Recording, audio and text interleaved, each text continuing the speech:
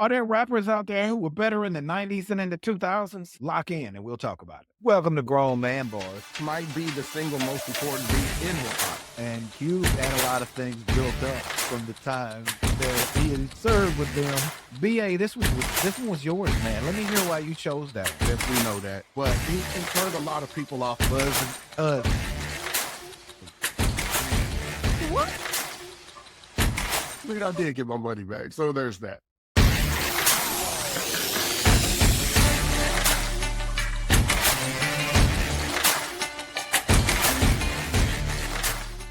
What's good, family? You are now rocking with Grown Man Bars, the best hip hop show for grown-ups in America, where we ask you how you're doing, but don't really care. Not at all. While you're sitting here, go ahead and have a freak party with the like and subscribe buttons. You know you want to. I'm your man, Can't Get Right. And with me, as always, is a man so tough when he chops onions, the onions cry. B.A., what's buzzing, cuz?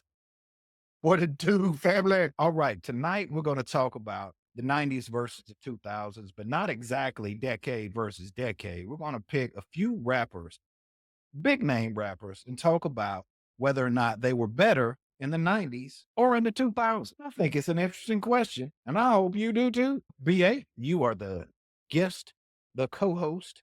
I will let you start off. Give me your first artist that you thought about in the 90s and you wanted to decide whether they were better then or in the 2000s. Let me take you back to 1992. There was an album called The Chronic that surfaced. That project gave us so many dope artists, so many. But one that comes to mind was the Kingpin himself, Kurupt. Arguably on a trajectory unlike any other at that time.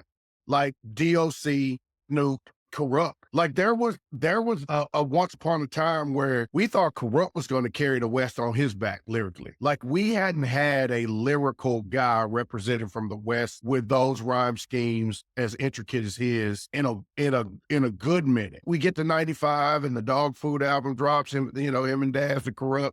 And all the momentum in the world. His solo project comes out in, I think, 97, the Corruption album, and everything's good. And fame has a price. And he ran into some personal struggles.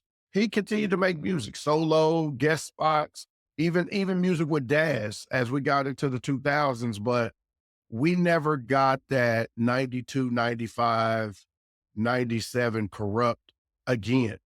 I just think he didn't make the transition to the 2000s. The 90s was definitely his era. He owned the 90s, and you would have thought he would have owned the 2000s as well, but due to personal situations, it just didn't happen. So I believe Kurupt the Kingpin was much better in the 90s than the projects and the music that he put out in the 2000s. The first two I'm going to start with are two artists that I'm really just interested because I think they had interesting arcs in their careers. The first one I'm going to go with is Jay-Z because Jay-Z started us off, right? Jay-Z started us off with Reasonable Doubt, Volume 1, Streets is Watching, and Volume 2. Now, if you watch this show, then you know how we feel about Reasonable Doubt and Volume 2. I'm not going to go over those, but they are both classics to me, both my favorite albums from him. Volume 1 was no slouch. No, it was not a slouch. It's just not for me personally.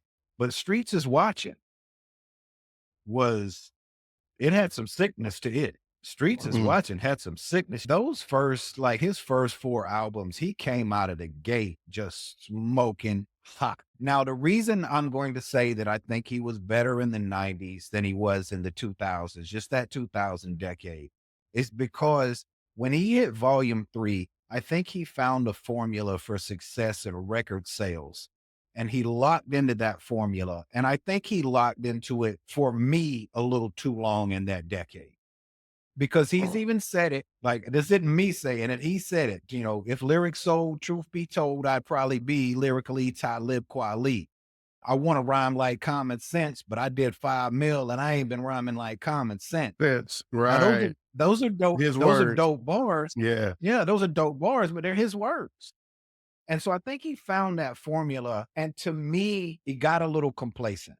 And I'm just saying for this decade, because later on their albums, later in his career, that he went back to, that I think he found something new and his style progressed. And I really like those, like the Black Album, like what he did on Watch the Throne. He did some, some new things. He had progressed in those, but I think just for that era in the 2000s, he got a little comfortable with selling records. He found a good formula to do it to the what people would buy. And I think he just got a little comfortable in that. That's why I think his music from the 90s was so much better because it was hungrier. A guy that actually, I believe he's top 5%. I don't like to say top 5 because it's just weird. There's been like a million rappers, but this guy, in my opinion, is in the top 5% of dopest MCs to ever bless a mic.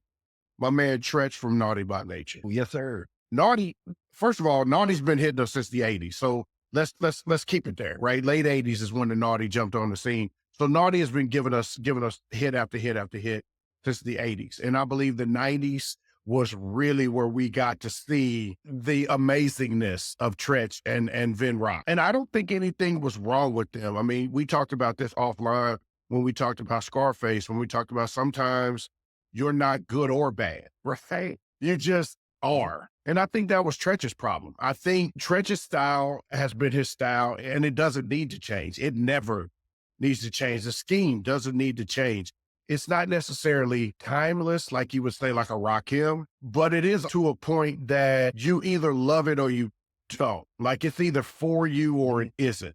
And I believed in the 90s, it was for us. It was for 90s hip hop. But then we moved to 2000 hip hop and the ear kind of changed a little bit. You had a lot more R&B collabs, just things that they didn't do naturally. And they didn't force it. That's the one thing I do love about Naughty by Nature is even going into the 2000s, the music, they didn't force it. So I feel like he was better in the 90s because of that reason.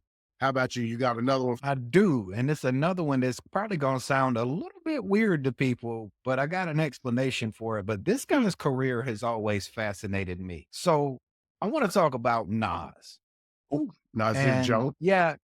Yeah. And what I'm going to say is going to surprise some people. I think Nas was better in the 2000s than he was in the 90s. All right. Y'all hear me out. All right. Look, I will start with, I fully understand that Illmatic is arguably the greatest rap album ever.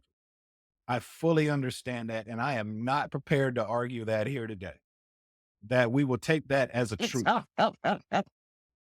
Well, because what I'm about to say is, I think Illmatic is the reason he was better in the 2000s than in the 90s. So you had him drop Illmatic in what, 93 when he was around, what, 19 years old? Correct. At 19 years old, you created your first project, and the industry in which you created that project said, oh, shit, this might be the best album anybody's ever done. The pressure that it puts on you that your debut album is hailed as the best album ever. Wow. Yeah. What do you do for your second project? And I think Nas was a little bit confused for the rest of that decade because look, the trilogy, I am not knocking the trilogy. It Was Written, I Am, and Nostradamus were good albums. I'm not knocking that. The problem that we all had with it was it wasn't Illmatic, and that's not fair to anybody because to do that to him. It Was Written was dope. The problem is, yes, it's the sophomore album. It's like you scored 81 last night, man. So scoring 41, that ain't really, you know what I'm saying? He was off moving the needle for me. Yeah, that ain't moving. Yeah, were you tired tonight? Were you tired? Was that it? Like, so he did Illmatic, It Was Written, I Am, Nostradamus in the 90s. But in the 2000s, he did Death of Escobar, Stillmatic, The Lost Tapes, God's Son, and Hip Hop Is Dead, and all in the 2000s. Now, we could take Illmatic off and say, probably greatest album ever, so it's better than anything he did in the 2000s. But to me, putting the trilogy versus Death of Escobar, Stillmatic, The Lost Tapes, God's Son, and Hip Hop Is Dead, I got to give that to the 2000s because Hip Hop Is Dead, God's Son, The Lost Tapes, and Stillmatic were all insanely good. Yeah. And in the 90s, if I go back to the 90s, you remember he was wobbling on who he was. Yeah. he was bouncing around from Nasty Nas to The Escobar, Esco, the and he Esco. yeah, and he wasn't sure what he wanted to be. And I think all of that was from the pressure of Illmatic. So I think it took him a while to adjust to being who he is. And I think when he got back to the 2000s, that's when he was old enough to go, all right, this is who I am. And that's why I think pretty much everything he's done since the 2000s has been really good. Yeah, I'll give you that. I'll give you that because I would literally say Thank you. catalog for catalog, Illmatic is by itself. But if you take It Was Written and Stillmatic is a wash. So now you Right. got I Am and Nostradamus, and you're right. You are absolute. Hip hop is dead. It might be the second best Nas. It literally The might Lost be. Tapes, The Lost the Tapes is Lost dope. Tapes was crazy. And I mean, I got a But yeah, special so place in my heart for Stillmatic. And everyone who knows me knows why. That's really just two songs, just two. I just think he nails most of the projects after this. Once he kind of figured out who he was and what lane he wanted to run in, I think he got back to being exactly what he was on Illmatic. Because I mean, Death of Escobar, that's still kind of in that era where I think he was still trying to figure it out. But after that, every project he's done has been very good at worst. You know, I like the argument. Like I like the argument that you have for Nas because I actually have that argument similar with my next person, which is the METHOD man, right? Man, You know what I'm saying? Meth. I believe meth was better in the 2000s and so on and so forth than he was in the 90s. Now, the argument for me is actually very similar to yours, but a little easily explained. So I'll explain it this way. In the 90s, we got the Wu-Tang Method Man. But as we exited the 90s, we got Method Man, who also is part of Wu-Tang. Somewhere in the maturation of his career, he didn't have to be Wu-Tang Method Man. He got to be Method Man by still keeping his self rooted in the culture of Wu-Tang. And so his bars matured. As he got to the 2000s, he rapped to show you I am totally different. But that's why I think Meth was a completely different animal in the 2000s than he was in the 90s. yeah, I think that's fair. Like he got a chance to break out of being part of a group and kind of, for lack of a better cliche, spread his wings. Like, all Yeah. right, let it breathe a little bit. All right, so I'm gonna stop it right here and play a little game that you didn't know I was gonna do. Uh-oh. It's called Who You Got. And Okay. since we mentioned Method Man, the way this game works is who you got. I'm gonna give you two things. This time it's gonna be two rappers, and you're gonna tell me which one you like better in 1 minute. So, BA, who you got? Method Man or Redman? Ooh. I'm going with Meth. All right, tell me why. First of all, I love Reggie Noble. I love Reggie Noble and all his songs. When he gets super deep in his scheme and his metaphors, I listen to them for entertainment purpose. They're clever. They make me laugh. They're like, oh. But when I listen to Meth and he really gets in his bag, I listen for understanding. I listen for clarification. I listen for the metaphor on top of the metaphor. So for me, that skill is very something that I gravitate to. So I would go with Meth. Damn, that was hard. Yeah, Damn, that was hard. man, I'm all right. So I'm feeling especially can't get right this evening. So I picked this rapper. That I'm going right after you tonight. I want all the smoke. Okay. This Okay. next rapper I want to talk about 90s or 2000s is Busta Rhymes. I know that happens to be one of your favorite MCs. So I want all the smoke. I know I'll probably get nasty emails all week for this. Let's pin the production All right. notes for this one. Thank Buster in the 90s, The Coming When Disaster Strikes, and ELE. I don't know if you've heard the three of those albums, but if you have, I don't need to tell you much about the three of those albums. Now, in the 2000s, it was Anarchy, Genesis, and Back on My BS. If you've heard those three, I don't have to tell you anything about those either, but I think you already hear the argument that I'm making, but I will explain it. I think Buster was better in the 90s to me than he was in the decade of the 2000s, in the all, because Buster was energy. Like what Buster brought was energy. Like I told you, the first time I heard Woo-Ha and I listened to that beat by itself, I just heard the instrumental by itself. And then I listened to what he did with it. As somebody who considers himself creative, I was blown away by what he did. Like to hear that beat and turn and like that's the song you heard when you heard that instrumental. That is some impressive ass creativity right Like, there. that's what you got from that? Okay. Like that's what you heard, and that is impressive to me. But it was all full of energy. We know as you and I are starting to get into the later years of our lives, as the beards are starting to lighten up a little bit, carrying that energy ain't exactly easy as you start to put on a few years. Now, I Right. know we was young and I'm talking about Buster in his late 20s, but you're maturing as a person as well. So expressing that energy starts coming in different form. When you come out and your thing is that you've got more energy than just about anybody other than Onyx. When that energy starts to drop and your style starts to change, it's just going to look very different. I'm not saying it gets any worse, because I still think even now, I still think the music Busta puts out is still good. But I just think he was better in the 90s because he brought pure energy and pure creativity. And I think as he matured, some of that energy, he took that energy and started putting it in different places, as we all do as we mature. So I just think that was why I thought Buster was better in the 90s than in the 2000s. Get with that. I mean, I guess my only argument there, I can't argue with you if you just go completely project for project. The 90s projects were just on a different, they were on a different plane. I just felt like from a feature standpoint and his ability to really just meld with so many different everything. Like, has the man ever met a beat he couldn't destroy? Okay, the next guy I'll pick is from the legendary rap group Outkast, but not the one you think. I'll take Mr. Sir Lucius Left Foot himself, Big Boy, and I feel like Antoine Patton. I feel like Twan. I feel like Twan Patton.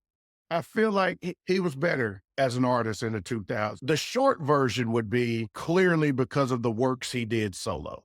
Sir Lucius Left Foot, Boomy Verse. But what I don't think people understand is, and I always argue this, if you look at Outkast's body of work, I feel like each album was a standout for one versus the other. The Love Below. That's when we got to see Big Boy. Idlewild. So I know that ain't who I think it is. we got to see a Big Boy really become his own artist outside of Three Stacks. Now, we've heard Three Stacks be on his own a couple times through several features. There's never been a fogginess about Three Stacks inside Outkast as versus outside of Outkast. But Big Boy, in my opinion, always kind of got lost in that shuffle. He was always just Big Boy of Outkast until we got Sir Lucius Left Foot. Shutterbug was it for me. This is where we got to see the Southern playalistic Cadillac Cronky Music version of Big Boy as a solo artist. And then, of course, Boomy Verse. If you try to say that Kill Jill was not that joint, you're an idiot. Kill Jill with Killer Mike and Cheese. That beat, that Kill Jill was it. Big Boy, I salute you, sir. Welcome to the 2000s. Big Boy, Bigboy, Daddy Fat Sack. That fat sax. Sir Lucius Left Foot. For my last one, I'm going to go with another one of my favorite artists. And I'm going to go with the man from the Shy, the only man who gets to call women bees and they don't mind it. And that's Mr. Common. Because they don't care what Common says. Common can get away with He's it. so Common can smooth say with it. it. He's so Yeah, smooth, yeah. baby. He light skinned, All so right, they know so- it comes from the heart. All right, so just on his albums, we do 90s. He had Resurrection, Can I Borrow a Dollar? One Day It'll All Make Sense. I mean, classic Common. Classic Common. Breaker But- was mad. You know what I'm saying? But here's my thing. And I'm going to say he was better in the 2000s because I think this argument kind of applies to Common almost every decade. I think Common continues to get better. I think Yeah. even this far, like his last album that he did this year, he's still getting better. Because in the 2000s, he had like Water for Chocolate, Electric Circus, B, and Universal Mind Control. Like Waterford. Right? Like Water for Chocolate and B was my favorite comment, but like Water for Chocolate was just poetry. And that Mm. is why I just look at the albums and I say he was better in the 2000s. But to be fair to Common, I'll say if I looked at the 2010s and then the 2020s, I would probably say the same thing in both of those. Because that last Because this project with last him and Pete album he Rock, put, yeah, it's that should have won. That should have won the Grammy. That should have been a Grammy winner this year. That to me was rap's best album last year. oh, That's why I say Common was better in the 2000s, but it's just because it seems like he just keeps getting better every damn album. you know, you could say he is 0.0. In every decade, he is, you know, in the 90s, he was Common 1.0. In the 2002 point, like he's 0.0. He's just a better version of the original dopeness that he was to begin with. If you heard Corners, you're like, oh, that's dope. You're Corners remix. Now you stack him with some of the best rappers happening right there. And he's still right there. You look at the BET Cypher he did with all the good music. And he came in and said, whoa, fam, I'm a master too. Like, Hey, don't forget, these is all masters, but I'm a master too. Here's something a lot of people might not know about him. His freestyles are bananas. Yeah, crazy. Crazy. Common can freestyle. Crazy. His freestyles are nuts. Crazy. Crazy. That dude is a student of the game. He's a student of life, and he just keeps getting better. So salute to you, sir. You keep doing your thing. Hey, Wow. We not just historians.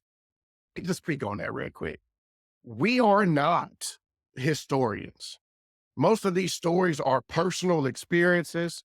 They are personal opinions. Yeah, please don't quote us in an essay that you write or turn in to your professors or anything like that. Because Yeah, we're it's just all loving love, hip baby. hop. I love. And we hope y'all love hip hop too. But that'll do it for this episode. So thank you for hanging in there. Smash that like and subscribe button. Hit And the join us every week so we could keep this hip hop talk going. Be good, y'all.